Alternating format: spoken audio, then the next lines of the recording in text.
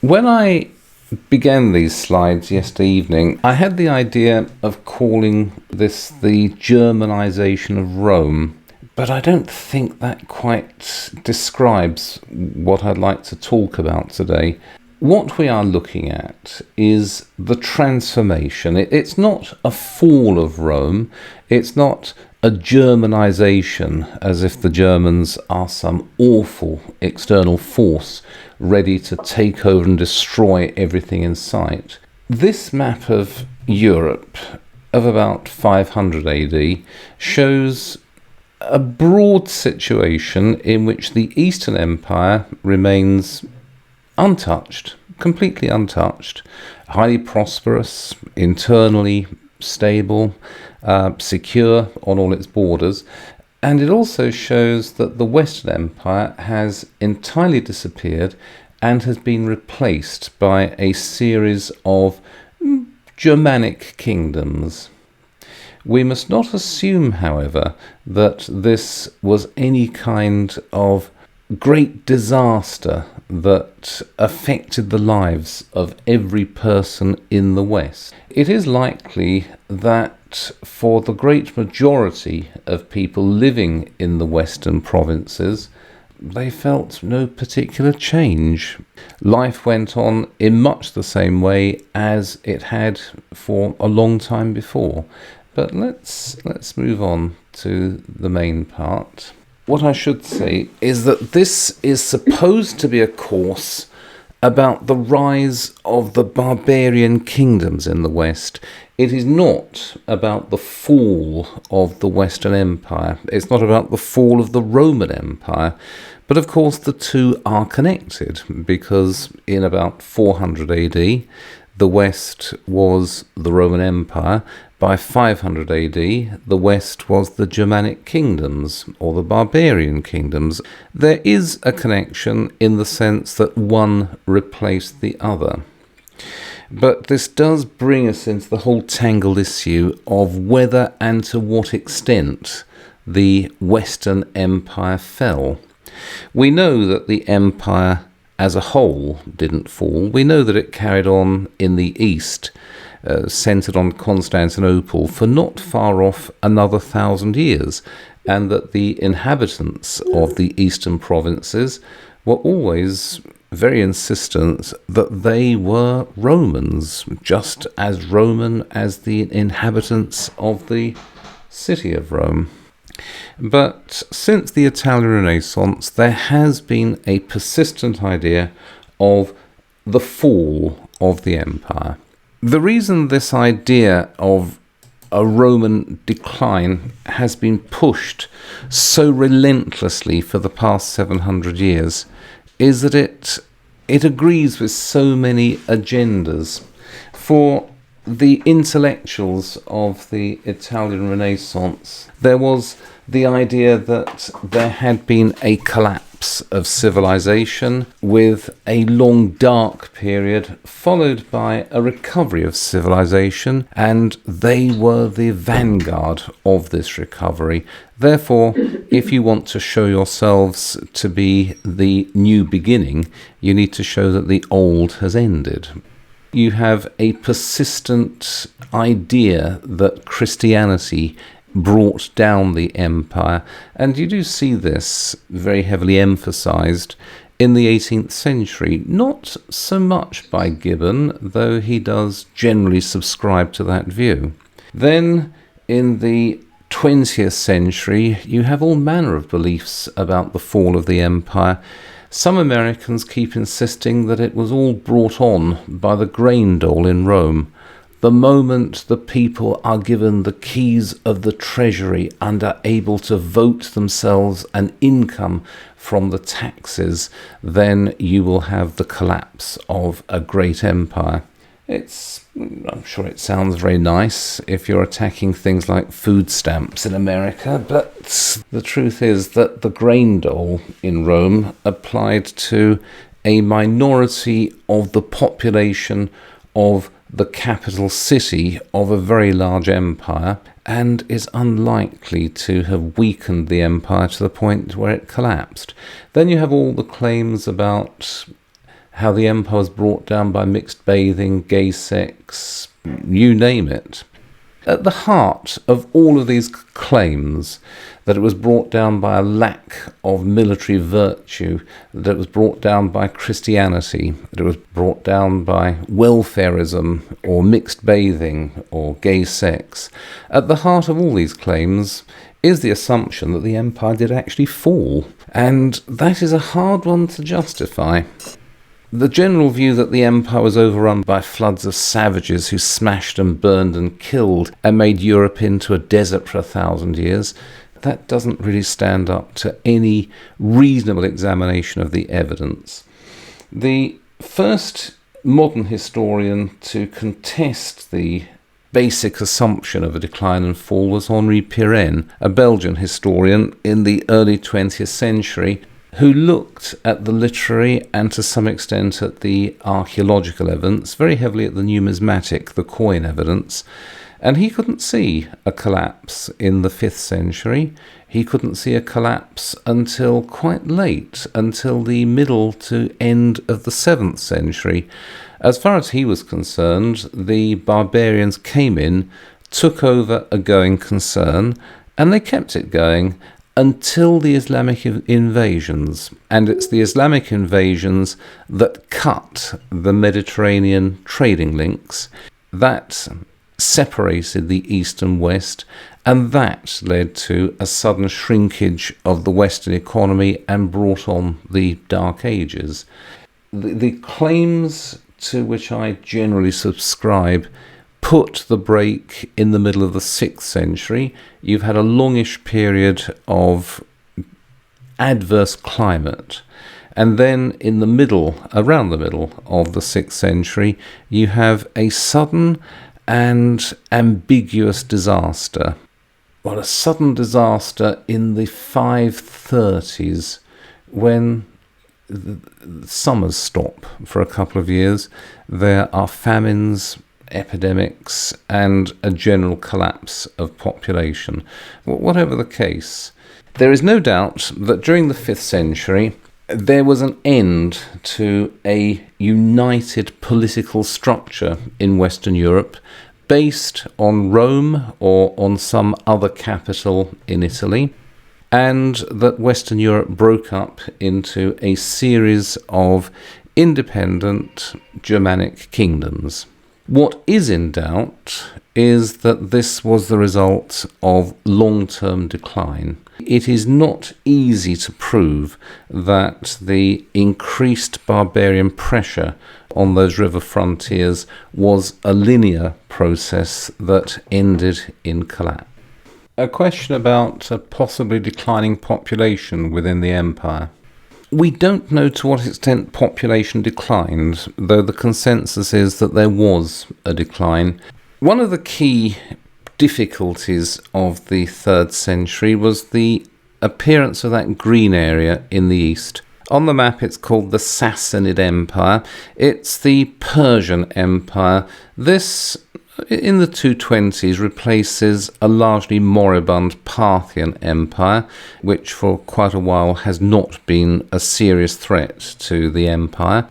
But the Persians, the restored Persian Empire, does have ambitions to press westward and to establish an outlet on the Mediterranean. This is a problem for the empire. The majority of its army is strung out along the river frontiers, the Rhine and the Danube, and suddenly having to station a large army in the east is more than the empire can easily manage. So there is a problem for the first time of overstretch. This exacerbates a growing problem on the river frontiers. I give a timeline here starting around 150 AD. The Goths, that is a Germanic tribe, they move south. They displace the barbarians who are already settled close to the empire, and those barbarians are pushed closer to the river frontiers. You then have a series of barbarian breakthroughs in the 160s AD, where the Goths, pushing from the north and the east, shoved these people across the rivers into the empire, which means that it is necessary for the imperial government to station half the army along the Rhine and the Danube. These are no longer open frontiers, they're now increasingly closed, and for the empire to put a lot of its diplomatic and financial initiative into trying to stabilise those river frontiers. It is possible to overestimate the pressure on the frontiers in the 2nd century. It does seem that the empire was on very much a peace footing during much of the 2nd century. It didn't face many external threats, and so it didn't bother much with a large army. It was taken by surprise around the middle of the century, and it took a while to get together an effective response. You do get an effective response in the reign of Septimius Severus, a great military emperor. What he does is to stabilise the frontiers. He stabilises all the frontiers. His problem is that to do that, he has to double spending on the army. It is difficult to bring in enough taxes, and so you have the beginnings of serious currency debasement. Now, there is another argument over this. It is possible to see currency debasement in modern terms.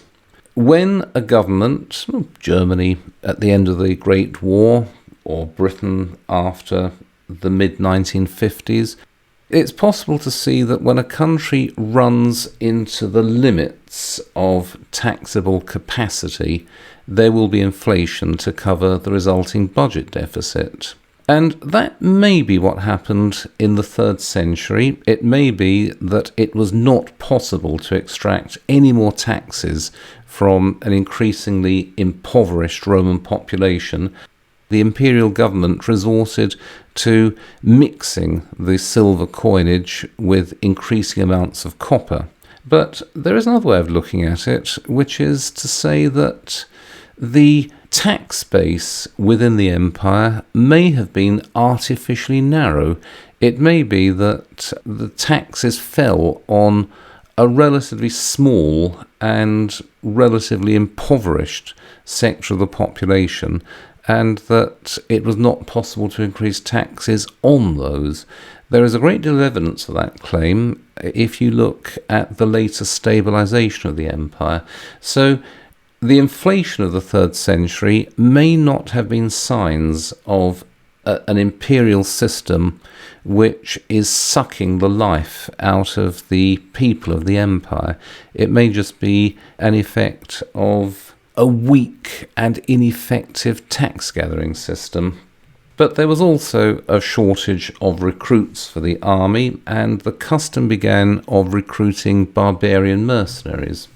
You have the Great Collapse after 235, the murder of Alexander Severus by his own troops. This is followed by around 50 years, let's say 40 years, of chaos within the empire. And here you have two maps. You have the Gothic invasions of 250 and 251, where the Goths break across the Danube and ravage large areas of Thrace, or the northern Balkans. They are forced out, but then in 267 they don't just break across the Danube, they take to the sea, first in canoes, and then they build themselves a fleet. And you can see in this right-hand map how they sail past Byzantium into the Aegean Sea, and they raid all over the place. They raid Athens, they raid Crete, they get to Rhodes, they go as far as Sparta. And for a while, there is a Gothic-based naval threat to large parts of the Eastern Empire. These are parts of the empire which have not seen a military threat for in many cases 300 years. So it is a terrible shock for them. But it is a short-term problem. In 268, you have a new and effective emperor coming to the throne, Claudius II Gothicus. He inflicts a series of shattering defeats on the German invaders. He's followed by Aurelian.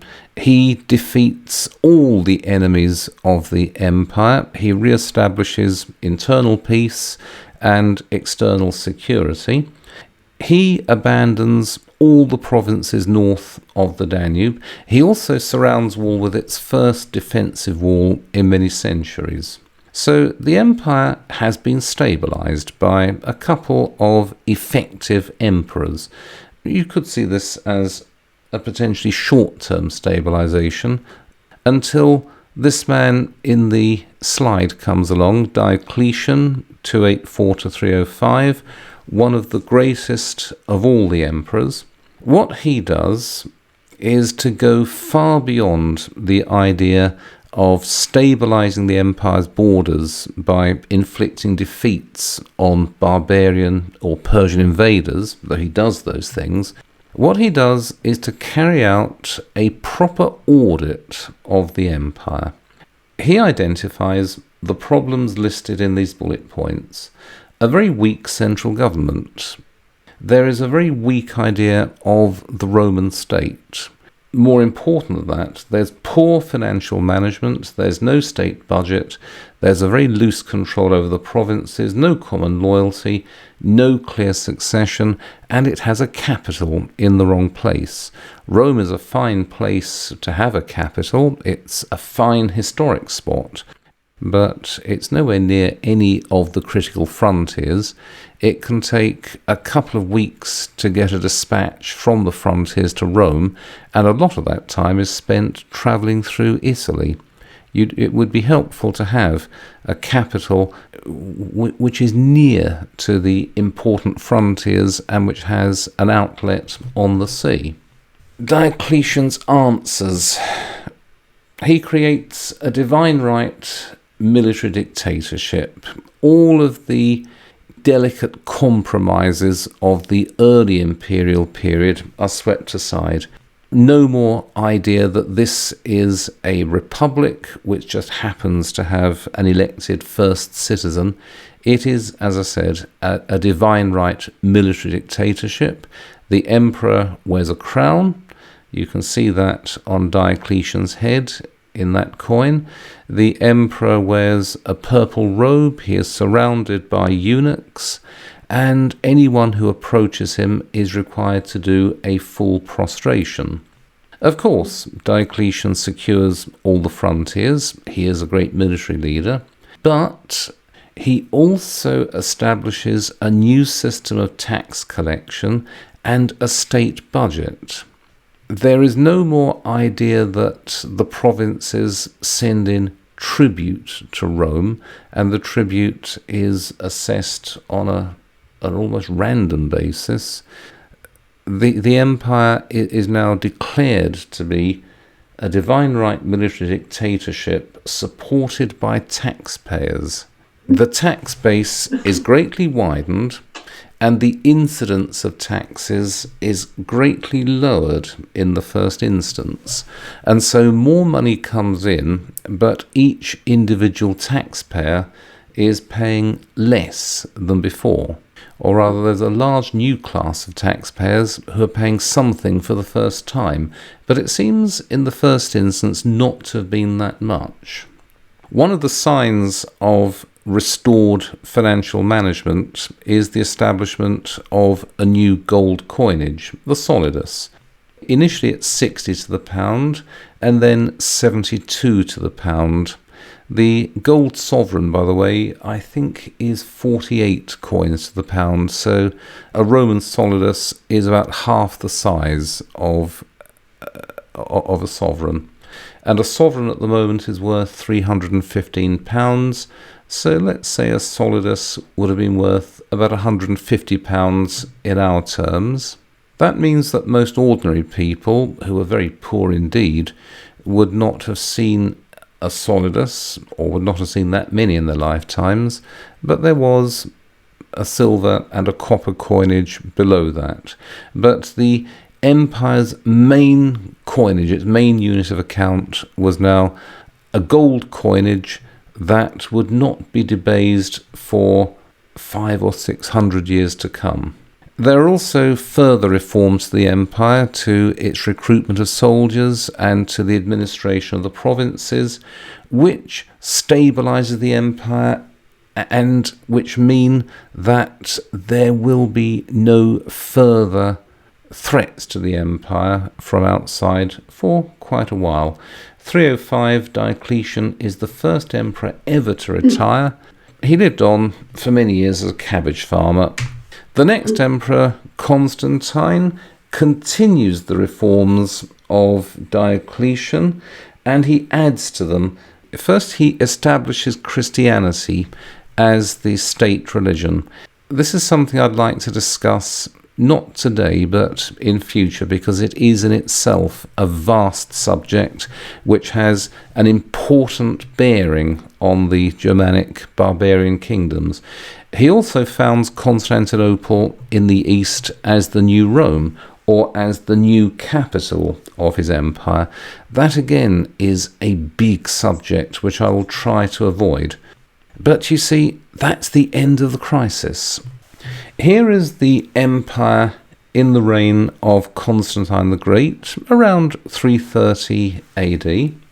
Notice that except for the loss of this area north of the Danube, there is no loss of territory in the empire. The empire is secure within its traditional borders. And although you can see these dark areas beyond the river frontiers, the Franks, the Vandals, the Alemanni, the Visigoths and the Ostrogoths, you can see those as what I called last week a lurking menace. A question about what happened to the Senate after the transfer of the main imperial capital from Rome to Constantinople. Some moved to Constantinople and some stayed in Rome. Obviously, the descendants of those who moved to Constantinople could pat themselves on the back, blessing the foresight of their ancestors. Those who stayed in Rome continued rich and honoured all the way through into the 530s, I think. But yes, when Constantine set up his new capital in the east, he gave it a senate house and all of the usual institutions of Republican Rome. The custom emerged whereby when you had an emperor in Constantinople and an emperor in Italy, each emperor would name a consul for the year. So there were two consuls, one named in Constantinople, the other named in Rome or Milan or Ravenna. Both cities had senate houses, though obviously the Senate in Constantinople had somewhat less prestige than that in Rome because it didn't have the same historical resonance. A question: why call the barbarian tribes Germanic? They all spoke German. The German spoken by the Franks may not have been easily understood by the Ostrogoths, but they all spoke a dialect of Germanic. And one of these dialects became modern German and another became English. Yes, they are spread out. They all come from the far north of Europe, from Scandinavia. They didn't come directly from north to south. They moved around, spending quite a lot of time in Russia. Some of them spent a lot of time in Russia. The Ostrogoths, for example, you can see that those are based in modern Georgia. So they have moved around a bit. You shouldn't regard these as a lurking menace on the river frontiers waiting to burst across. Every so often they did come across as raiders, but these were increasingly integrated into the Roman diplomatic and military system. The Rhine and Danube again became reasonably open frontiers. Those Germanic barbarians, they often served the emperor as mercenaries or sometimes as direct recruits into the army.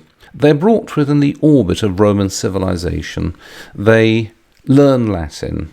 They take on Roman ways. For example, the German word wine is Wein, which was borrowed from Venum around this time. The German barbarians beyond the river frontiers adopt Christianity. They don't adopt it all at once, and they don't adopt the same denomination of Christianity as would become the established denomination within the empire. But they are increasingly Christian, and you can see from this 4th century fresco that the Romans themselves, even upper-class Romans, adopt certain German ways. They drink beer, for example, and they also start to wear trousers. You expect the Roman upper classes to switch to trousers because there is a gradual movement away from an infantry-based army towards a cavalry kind army. I won't go into the details, but if you spend a lot of time riding a horse, trousers are probably a bit more comfortable than a tunic. Whatever the case, there is an overlap, not a merger, there is an overlap between the Romans and the Germans, and you can be quite sure that there is a continued drift across the frontiers of Germanic immigrants into the empire. This stability, which is established in the 260s and 270s by Claudius II and by Aurelian, and is cemented by Diocletian and Constantine, continues for 100 years. It continues until 376, when suddenly, without any warning, a great confederation of terrified German barbarians arrives on the north bank of the Danube, and they're begging to be allowed into the empire. And this is the reason. I suppose in these inclusive times one mustn't say anything too unpleasant about the Huns, but I wouldn't like to be in their way when they come knocking. The Germanic barbarians, they're standing in the way of the Huns. What I could do is start talking about climate, but I won't, because you can take that as read. The Huns come out of Mongolia for some reason in the 4th century. They leave their traditional hunter-gathering grounds. They invade China, they invade India, they press down towards Persia, and they move westward into a question about the possible relationship between the Huns and the later Mongols. I believe so, yes. I believe they are related. The Huns and the Mongols, they seem to have looked alike, and they had similar customs, and they come from the same general area, and so it's a reasonable assumption that they are related, or perhaps even the same people with different names. But they caused a lot of trouble to the Chinese at the time, and they caused a great deal of trouble to the Indians, but we know them mostly from what they did in the West. As they move further to the west, they crash. Let me go back to this earlier map. Notice the Ostrogoths, they're the furthest east of the Germanic tribes. The Huns invade the Ostrogothic territories. They inflict a series of terrible defeats on the Ostrogoths, and they behave with such extreme brutality that the Ostrogothic king commits suicide in horror rather than fall into their hands. The Visigoths, the neighbours of the Ostrogoths, they decide to make a stand on one of the river frontiers. Is this the Dnieper? I think it is. They make a stand here. They are completely defeated, and after watching what the Huns do to the captives, the Visigoths just pack up everything into wagons, women, children, animals, and they run for it. And they keep on running until they hit the Danube frontier of the empire. They beg to be allowed across. You can imagine the discussions in Constantinople where this had to be discussed. What are we going to do? Are we going to let these people be slaughtered by the Huns as we watch? Or are we going to let them in? But if we do let them in, what are we going to do with them? They're not very settled, are they? the answer is eventually that they are let across. Even nowadays, you try finding food and general provisions for several 100,000 nomads who come into your territory. It doesn't go too well, and there is a loss of confidence between the Visigoths and the Roman authorities. It leads to violence. The Visigoths start plundering and burning and doing the usual barbarian things in the Balkans. A large Roman army is sent against them. They meet at Adrianople in 378. The emperor makes various mistakes. He doesn't wait for a much larger reinforcement coming up with his nephew in charge of it. He decides to attack all by himself. Total defeat. The emperor himself is killed. The barbarians are in, and they're never driven out again. But this is something worth emphasizing. This is a problem for the eastern provinces, and it's not that much of a problem. Let me come back to that line of division in a moment. Now, Theodosius I, another great military emperor, he takes over after the Battle of Adrianople, and he neutralizes the Goths. There's no point asking the Goths to leave the empire, because that would mean pushing them into the arms of the Huns, and the Visigoths will not put up, they won't accept that. They won't leave the empire, but they won't settle down and start farming the land that they're offered. They want a special status within the empire that cannot easily be offered to them. But Theodosius I comes as close as he can. He employs the Goths as military allies within the empire, and they are useful for defending the frontiers, and there is no further trouble with those Goths. The problem, and this is the beginning of the end for the western provinces, 395, Theodosius the Great dies, and he divides the empire between his two sons. They're both very young, they're only 10 and 12, and here are the borders of the divided empire. The blue area in the east is ruled from Constantinople. The yellow area in the west is ruled from Rome. The capital in the first instance is Rome, but in or around 401, the capital is moved from Rome to Milan.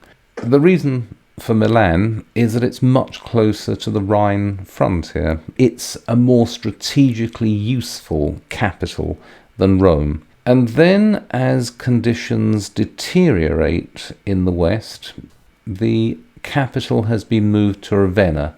Here on the Adriatic, Ravenna has a number of advantages. It's surrounded by marshes, which means that it's very difficult to take from the land side. It is linked by road, the Via Egnatia, to Constantinople. It also has a port, and it's straight down the Adriatic and a fairly short sea journey to Constantinople. So Ravenna turns out to be a much better place to have a capital than Rome. This is, as I said, the existential problem for the western provinces. The empire is not divided into two separate states, in theory at least. The theory is that the empire is a united single zone, a united single entity, but in practice it is now two separate states, each with its own capital, each with its own administration, and each with its own particular concerns. And there is the loss of a common treasury, loss of a common military zone. It means that the richer East is able to mature into a new civilization. The East is ruled by Arcadius, and the name of the emperor is of no particular importance because the young man, or the boy, and then young man, was a non-entity. The effective ruler at first is Rufinus, who oddly enough is from Gaul, and he doesn't speak Greek very well, but it doesn't matter. He is placed in a position where logic requires him to turn his back on the West. Once he is out of the way, Constantinople is ruled by others, and the Eastern Empire is under civilian rule. It actually reduces the size of its armed forces. It relies for its defence on an increasingly elaborate and effective diplomacy. You bribe barbarians. You don't send armies against them. You bribe them to attack each other, and you keep them away from the frontiers. The East prospers mightily, so much so that within a generation the imperial government in Constantinople is lowering taxes and abolishing taxes. The West, however, is suddenly cut off from its life support. Until 395, taxes from Egypt and Syria and Asia Minor flowed almost as of right from those provinces to Rome. They would sometimes pass through Constantinople, but they would flow to Rome because Rome was one of the capitals, and these taxes were used to defend the West. These taxes no longer flow as of right to Rome. They are now an exclusively Eastern resource, and the government of the Eastern Empire has no interest in supporting the Western military. It is of no importance. They would rather cut taxes within their own part of the empire, or within their Eastern Empire, they'd rather cut taxes and rely on their own diplomatic resources for defence. The Eastern Empire is willing to provide subsidies to the West, and the two emperors, first of all, are brothers, and then they're cousins. The Eastern Empire is willing to subsidize a Western court in Ravenna, so that the emperors, they'll always be able to pay to have their baths heated, but they're not willing to pay for military defence. The defence of the Rhine frontier is not in any sense a concern in Constantinople. That is for the Western taxpayers to look after. But the problem is that there are not enough Western taxpayers. What has happened with the division of the empire is that the flow of tax money from east to west, which so far has always stabilised the river frontier, that flow is eliminated. There is a flow of subsidies to the court in Ravenna. There is no tax money transferred to pay for the defence of the Western Empire on the Rhine and Danube frontiers. This happens in 395. The Western Empire collapses almost at once. There is a painting from the late 19th century of the Emperor Honorius. He was the Western Emperor between 395 and 423. He appears to have been mentally deficient. He was effectively a rubber stamp for whoever was able to manage him. And in the first years of his reign, his manager was the German head of the armed forces, Stilicho, who is there on the right. You can make of that what you will. Indeed, let's move to here. The Germanization of the empire. And this is something which you see coming into fashion around the end of the 19th century, starting with French historians who were rather upset with Germany after 1870, taken up by British historians in the 1890s who are getting a little nervous about German industrial growth.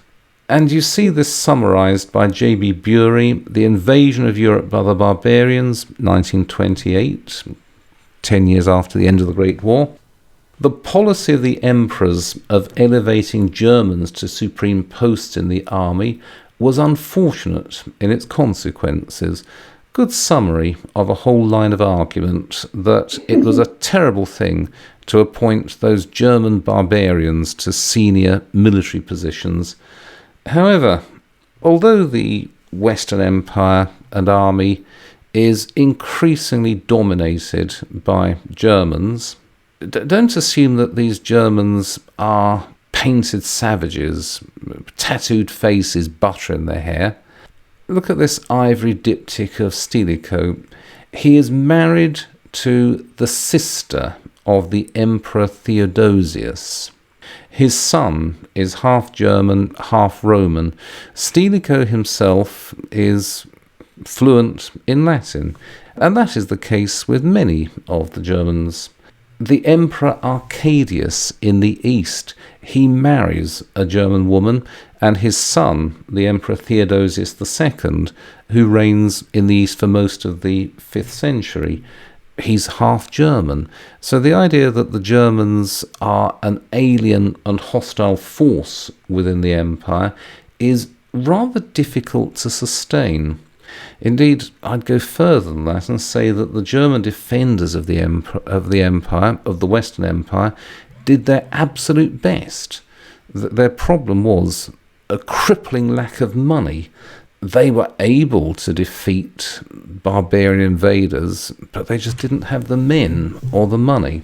The problem for these German leaders of the Western armed forces, a question about differences in population and wealth between the two halves of the empire. We don't have statistics, we have to guess the statistics, but it seems reasonable to say that the eastern provinces were much more densely populated. They seem also to have had many more cities, and the cities themselves were larger. There was a great deal more commerce and a great deal more production.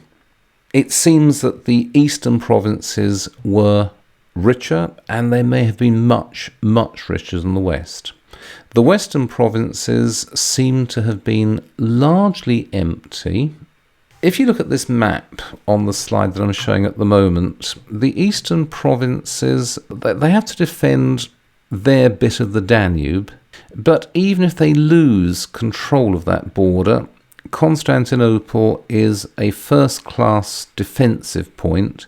If, at the very worst, they lose control of the Balkan Peninsula, there's no way that the barbarians can break across into Asia, which is the richest part of the empire. The eastern border is with the Persians. If there is a full-scale war between the two empires, then it will be difficult, but mostly the empire is at peace with the Persians. Otherwise, Egypt has no particular difficulties. It's surrounded by desert, and so the east, it's well defended by its natural frontiers, or it can be made more defensible. It's rich, it's compact, it's defensible. The west is not rich, and its defence is based on these very long river frontiers, the Rhine and the Danube. And although I keep insisting we don't have statistics, it seems that the population of territories like Gaul and northern Italy were not that great. You didn't have the taxable capacity for an easy defence of those frontiers. As soon as it was no longer possible to suck money from the east for Western defence, then Western defence crumbles. It crumbles very quickly. Let's come back to the Western loss of stability. There is this problem. The problem is that the West is poorer. The West is too poor and too depopulated, or too unpopulated. That's a better word. The West is too poor and too unpopulated to pay for its own defence, to defend itself effectively. This is a problem with which Stilicho, a very effective and very loyal servant of the empire, wrestles with during his time in charge of the Western Empire. His problems are compounded in 401 when the rulers of the Eastern Empire decide to get rid of the Visigoths. They're the people who came across the Danube in 378 and have been wandering around the Balkans ever since, wanting to stay inside the empire but not wanting to settle down and become imperial subjects. Led by a man called Alaric now. The government in Constantinople gives him a very large bribe and says, why don't you go and try your luck in Italy? And so in 401, the Visigoths under Alaric leave the Eastern Empire and move into Italy. It's at this point that the capital is moved first to Milan and then to Ravenna. Alaric does not want to destroy the empire. None of these barbarians wants to destroy the empire. They regard what they want to do is share in the empire's benefits. The problem for Stilicho is that he's now, with inadequate armies, he must defend the Rhine and Danube frontiers, and he has to deal with the Visigoths who are wandering around Italy. Although he continually beats Alaric and the Visigoths, every time they meet, he wins, he lacks the resources for a knockout blow. But all the time he's dealing with Alaric in Italy, the river frontiers are more or less undefended. In 406, Stilicho hits on a clever scheme. He will take this brown area here on the map, in Illyricum. He regards this as naturally part of the West because it's Latin-speaking, and it was assigned to the East in the division by Theodosius I in 395. Stilicho says, this is properly part of the West, we want it back. It's a fairly rich province. It's also a place where you can recruit soldiers. It seems that the plan is that Stilicho and Alaric, the Visigothic king, will combine forces. They'll invade Illyricum, take it from the east. Alaric will be made governor of this province. This can be his own bit of the empire that he can rule, in return for which he will provide Stilicho with soldiers, and of course he will defend Italy. It's a very clever scheme. It's just that while Alaric and Stilicho are at work in Illyricum in 406, a vast confederation of barbarians, the Alemanni, the Vandals and others, they cross the Rhine. There are no resources to push them back. They just spread straight through Gaul, down into Spain. They even get into North Africa and eventually take Carthage. There's nothing that Stilicho can do about this. His scheme of imperial defence is in ruins, and Stilicho is arrested and he's executed in 408. And it seems to have been a coordinated coup, possibly with Eastern support, because the East is angry that they're about to lose Illyricum. Unfortunately, Stilicho's son is also killed, and there is a massacre of Germans in Italy, and many of these people now switch sides. They don't switch sides because they are traitors against the empire. It's just that if you're being murdered by the civilians in Italy, well, you might as well join forces with your own people. And so Alaric, he has an expanded army in Italy. Many of the most effective of the Roman soldiers are now part of his army. Stilicho is dead, and there is no one to replace him. And the empire, the Western Empire, is awash with barbarian armies or barbarian settlers. Again, Alaric does not want to destroy anything. He wants a position in the empire. That's all he wants. He wants to have a grand position in the empire. He wants to regularize his position in Italy. It's just that the Western government in Ravenna and in Rome, the emperor in Ravenna and the senators in Rome, they can't agree on what to do, and they refuse to do business with Alaric. 3 times Alaric turns up under the walls of Rome saying, well, what are you going to do? And 3 times he's given a great deal of money to go away. But the 4th time, in an almost accidental siege, the 4th time in 410, Alaric gets inside the walls, and there is, well, Rome falls to the barbarians.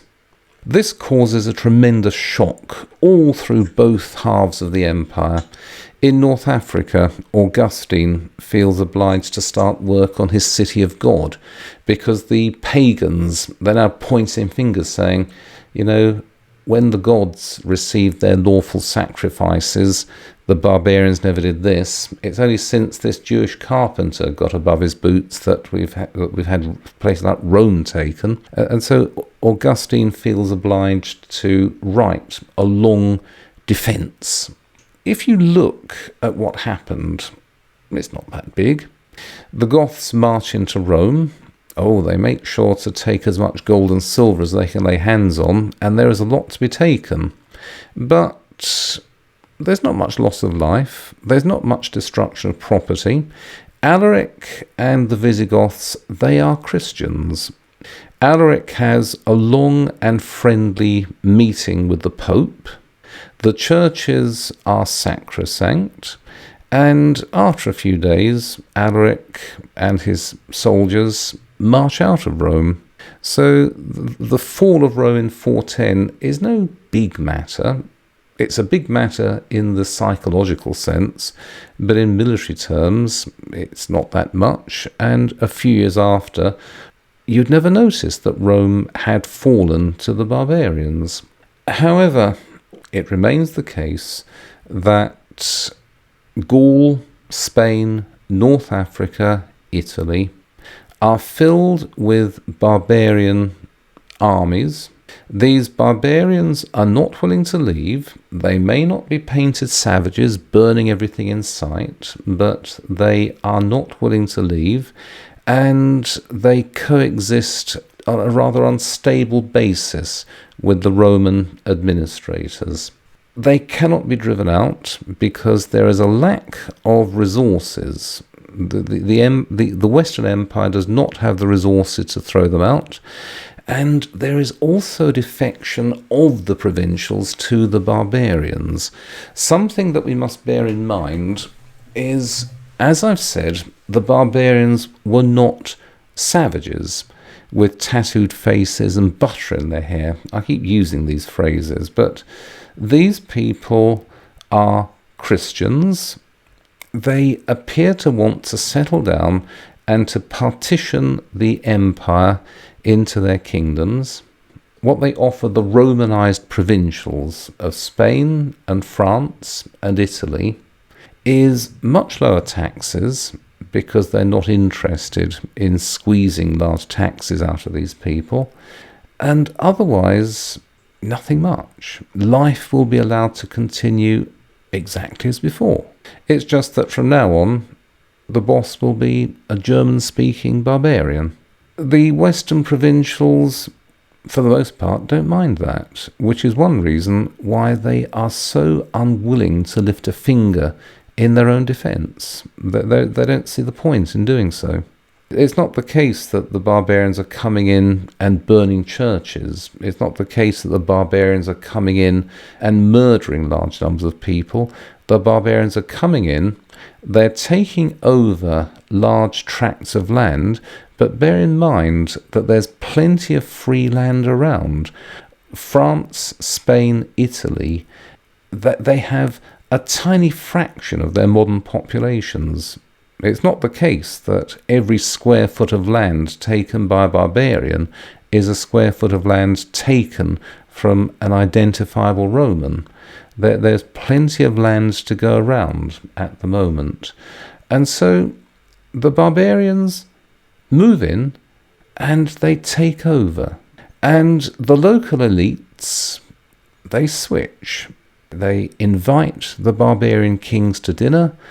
That is the new order of things. Let's turn to the Huns. It's not quite so easy to do business with the Huns. When Alaric turns up in Rome, as I said, he has a long and respectful meeting with the Pope. The Franks are not just Christians, they're Catholic Christians. The Huns, however, rather alien, aren't they? They're also frightening people. They are decidedly brutal.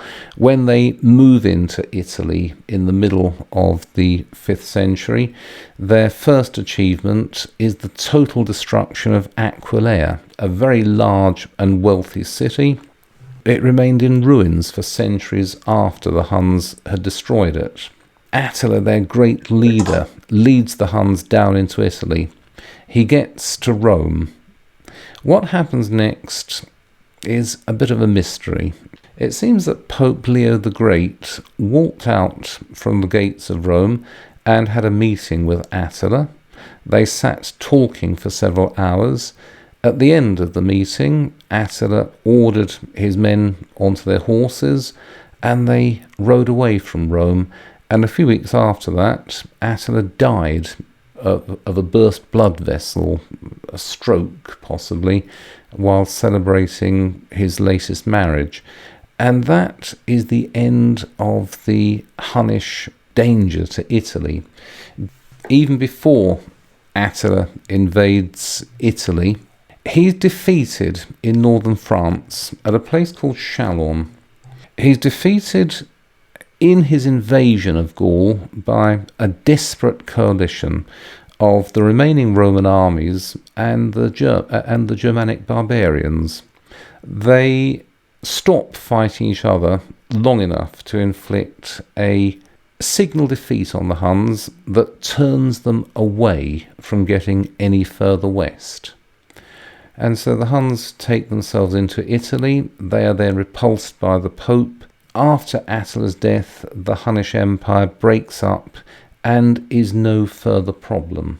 The Huns, however, although in themselves they don't achieve much in the empire, they have brought the Western Empire down because they have pushed the Germans further and further west and south until they have no choice but to stream across the frontiers into the empire, and it is because of that that the Germanic barbarians take over. They replace the imperial administration. Let's have a look at the end. A significant date ever since the 14th century, when the Italian humanists seized on it as the end date for the Roman Empire. The 31st of October 475, a 16-year-old boy called Romulus Augustulus is appointed emperor. He is a non-entity. Just under a year later, on the 4th of September 476, he's forced to abdicate by Odoacer, who is the real controller of Italy.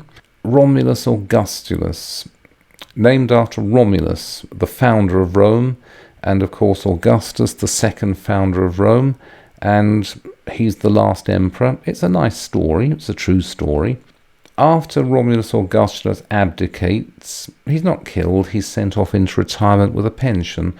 But after that, the barbarians take up all of the imperial regalia, and they send it east to Constantinople, to the Emperor Zeno, with the suggestion that the West is no longer in need of an emperor.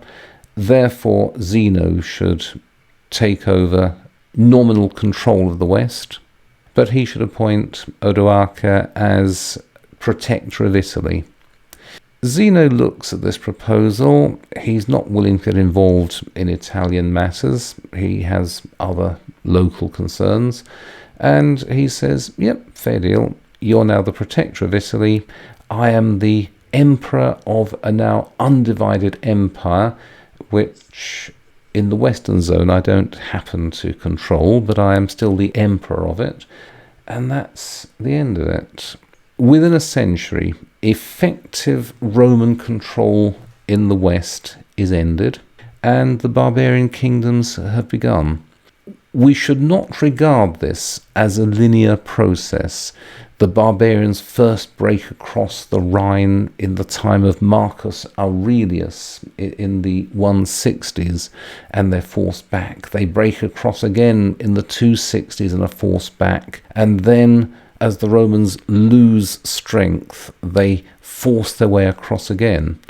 it's not the case that that happened. There was a barbarian threat in the 3rd century, which was effectively fought off by a reformed Roman administration. What happens after 395 is that the empire is divided, the West is cut off from the flow of Eastern tax money. It does not have the resources itself to defend the territory that it holds, and so within 2 generations, Roman control of the Western provinces comes to an end. It is replaced by a patchwork of barbarian kingdoms, out of which come all the modern nations of the West. And so that clears the ground. We'll talk quite a bit more about the later Roman Empire, but from now on I'd like to focus on the barbarians. It is necessary to start by talking about Rome and the empire and the barbarians as invaders of this. But the course really is about the barbarians, and from now on the focus must be on these barbarians. And perhaps we should even stop calling them barbarians, but let's carry on for the next few minutes at the least. So that's what I have to say about the fall of the Western Empire. But any questions or comments? In 395, the Western provinces were unquestioned parts of a united Roman Empire. Within 80 years, the Western Empire itself had disappeared. There you are. It seems to have happened not because of mixed bathing or gay sex, or because the Christians were insane, not because the aristocracy used lead cooking vessels, or none of the special reasons adduced for this. I think the reason why the Western provinces collapse in this way is because the division of the empire cuts off the flow of tax money from east to west, and the West is suddenly unsustainable.